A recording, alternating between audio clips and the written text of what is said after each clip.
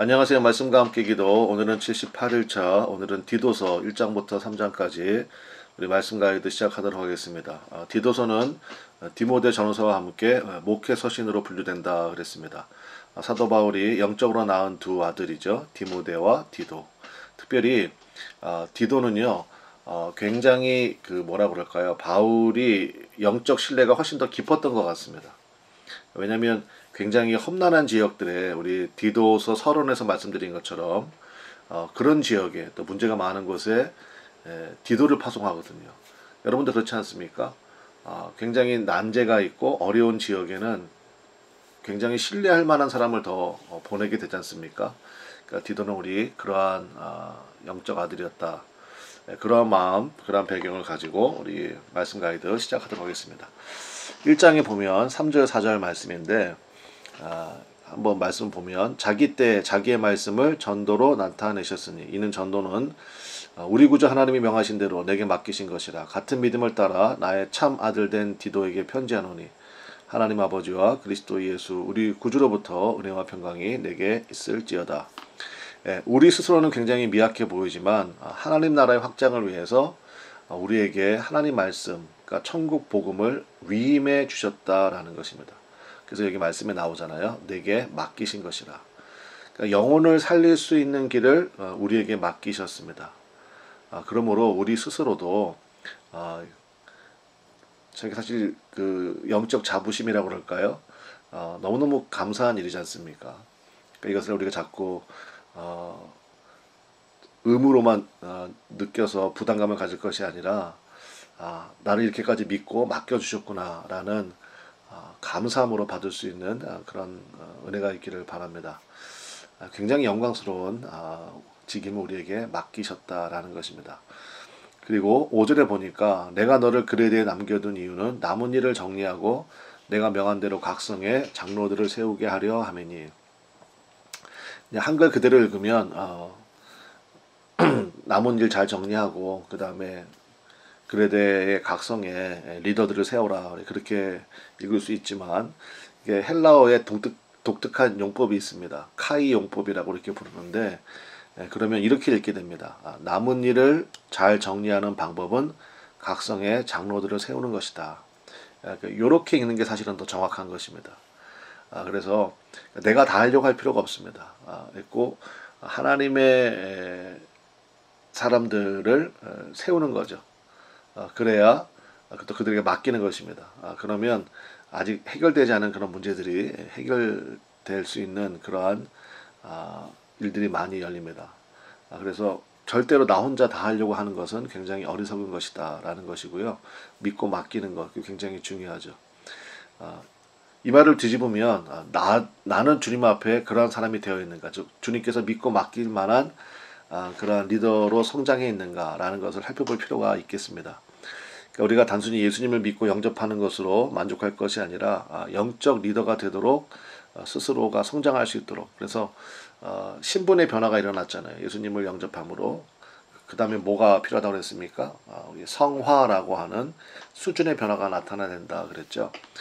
그래서 이제 이어지는 말씀에 장로의 조건 17가지가 나옵니다. 그러니까 이것도 마찬가지예요. 이것을 이런 사람을 뽑아라 그러면 뽑을 사람이 한 사람도 없습니다. 어떻게 합니까? 이 수준에 이르도록 나가자 이렇게 이해하는 것이 옳습니다. 그래서 여러분도 이 말씀을 묵상하시면서 이 중에서 내가 부족하다고 느끼는 것이 있을 것입니다. 그러면 그 방향으로 내가 성장할 수 있도록 기도하고 또 영적인 훈련을 하는 것이 중요하다 하겠습니다. 자, 그리고 10절에 보면 불순종하고 헛된 말을 하며 속이는 자가 많은 중 헬라파 가운데 특히 그러하니. 그러니까 그리스도의 교회가 굉장히 힘든 교회라고 그랬잖아요. 그러니까 사실은 교회 안에요, 다 그냥 나하고 마음이 맞는 사람, 그런 사람만 있는 게 아닙니다. 그러니까 교회 안에 이러한 갈등의 구조들이 언제나 있다는 것입니다. 그래서 예수 믿고 변화되지 않으면 제자리 걸음이 아니라 악성 종약이 된다라는 경고의 말씀으로 일단 우리가 받을 수 있으면 좋겠습니다. 이 디모데후서 2장 11절에 나오죠.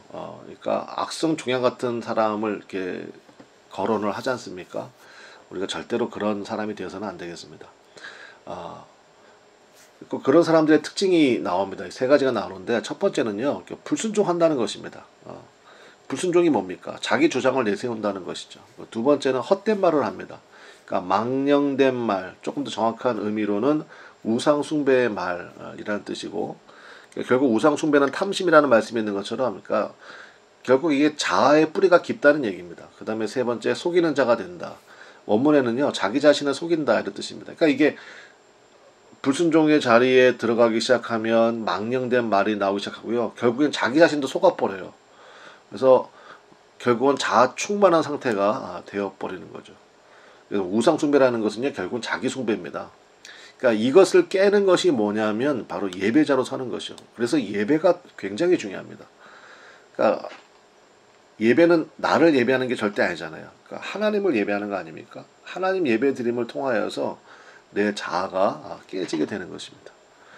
그래서 이런 자들이 있다는 것입니다. 그러니까 불순종하고 헛된 말하고 속이는 자들. 그러니까 어떻게 할 거냐? 대처법. 이게 목회서신이라고 그랬잖아요. 11절에 보니까 그들의 입을 막을 것이라. 13절에 보니까 내가 그들을 엄히 꾸짖으라. 이는 그들로 하여금 믿음을 온전하게 하고. 그러니까 살리는 방법을 얘기하는 거죠. 그래서 이제 뒤에도 나옵니다만은 여러분 우리가 코로나 시국을 겪었잖아요. 그럼 코로나 걸린 사람들에게 격리시켰죠. 그들에게는 인권이 없습니까? 근데 왜 격리시킵니까? 건강한 자들을 보호하기 위해서지 않습니까? 또 연약한 자들을 보호하기 위해서이지 않습니까? 그러니까 마찬가지라는 것입니다. 그러니까 이런 영적인 지혜가 굉장히 중요하다 하겠습니다. 자, 2장으로 넘어가면 2장이 이제 굉장히 중요한 말씀이 나오거든요. 그러니까 디도서 2장에 2장 10절입니다. 한번 봅시다. 내용을. 10절에 보니까 훔치지 말고 오히려 모든 참된 신실성을 나타나게 하라. 그 다음이요. 이는 범사에 우리 구주 하나님의 교훈을 빛나게 하려 함이라. 그래서 여기 교훈을 빛나게. 교훈이라는 것은 당연히 말씀이겠고요. 이 빛나게 한다는 말이 헬라어로 코스메오. 여러분 여기에서 영어 단어 코스메틱, 그러니까 화장하다라는 단어가 나왔죠. 그러니까 빛나게 하다 그 뜻입니다. 그러니까 교훈을 빛나게, 즉 말씀을 빛나게 하는 교회가 되길 간구한다. 저는 이 말씀을 묵상하면서 이제 이 구절을 가지고 이제 기도를 많이 하려고 합니다. 그래서 말씀을 빛나게 하는 교회가 되기를 원합니다. 하나님, 말씀을 빛나게 하는 교회. 그러니까 방법은 뭐냐면 세 가지를 이제 말씀하고 있는데 신중함, 의로움, 경건함 요 세 가지를 이야기를 하고 있습니다. 그래서 12절에 보면 나오잖아요. 그렇죠? 12절에 보니까 우리를 양육하시되 요 세 가지 신중함, 의로움, 경건함으로 이 세상에 살고 이런 말씀이 나오거든요. 일단 신중함이란 말이요. 2절, 5절, 6절에도 계속 나와요. 그러니까 이 신중하다는 것의 정확한 의미는 뭐냐면요. 말씀의 통제를 받는다라는 뜻입니다. 그래서 영어 성경에는 거의 self-controlled라고 나와 있을 겁니다. 그래서 말씀의 통제를 받는 것, 이것이 신중한 것이고, 의로움은 이제 바른 관계에서 나오는 고마움, 감사함 이런 걸 뜻하는 거고요. 경건함은 가들리라고 그러잖아요. 하나님 앞에서의 삶, 하나님을 닮아가는 모습, 이게 경건함입니다. 그러니까 이것을요, 나의 노력으로 이루려고 하는 것이 아닙니다. 여러분도 많이 해보셨죠, 노력을. 근데 노력하면 됩니까? 만족하십니까? 오히려 노력할수록 부족함과 좌절감만 느끼게 되죠.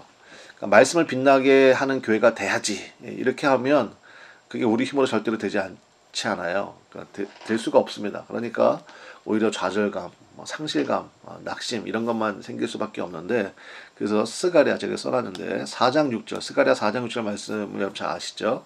만군의 여호와께서 말씀하실 때 이는 힘으로 되지 아니하며 능력으로 되지 아니하고 오직 나의 영으로 되느니라. 그러니까 나의 영이라고 했으니까 성령을 의미하겠죠.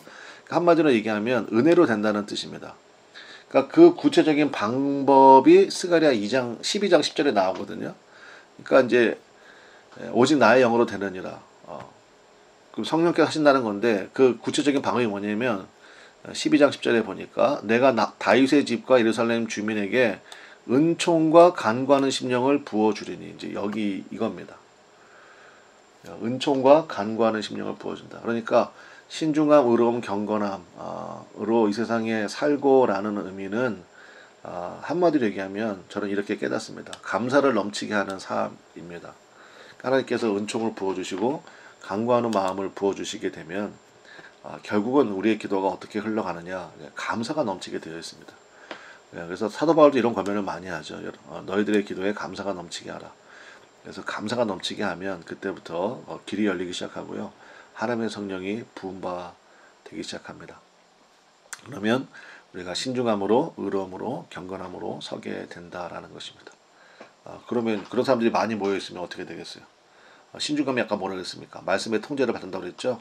그러면 이제 말 그대로 말씀이 빛나는 교회가 되는 것이죠. 자, 3장으로 넘어가겠습니다.